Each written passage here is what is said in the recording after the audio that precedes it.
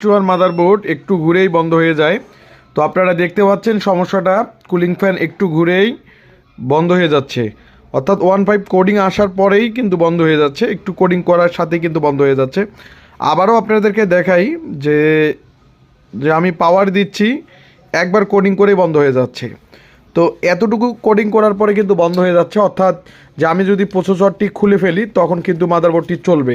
তো যাদের এই ধরনের সমস্যা তারা অবশ্যই ভিডিওটা দেখবেন শুরু থেকে শেষ পর্যন্ত, এবং আমরা এই ভিডিওটা আপলোড করব, এটা একটা শর্ট ভিডিও আকারে আপনাদের মাঝে আমরা আপলোড করছি। প্রায় এই ধরনের সমস্যা হয়ে থাকে।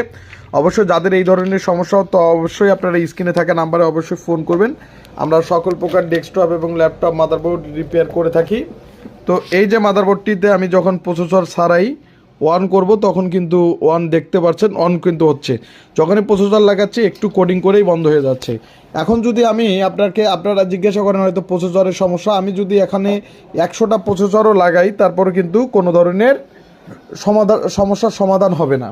তো মূলত আমাদের যে মাদারবোর্ডটির সমস্যা থাকার কারণে কিন্তু এই ধরনের সমস্যা দিচ্ছে। যতই আপনি ভালো প্রসেসর লাগান না কেন এই ধরনের কিন্তু সমস্যা দিবেই। আমরা এই ধরনের কাজগুলো, যে ল্যাপটপ ডেস্কটপ মাদারবোর্ডের এই ধরনের কাজগুলো আমরা করে থাকি।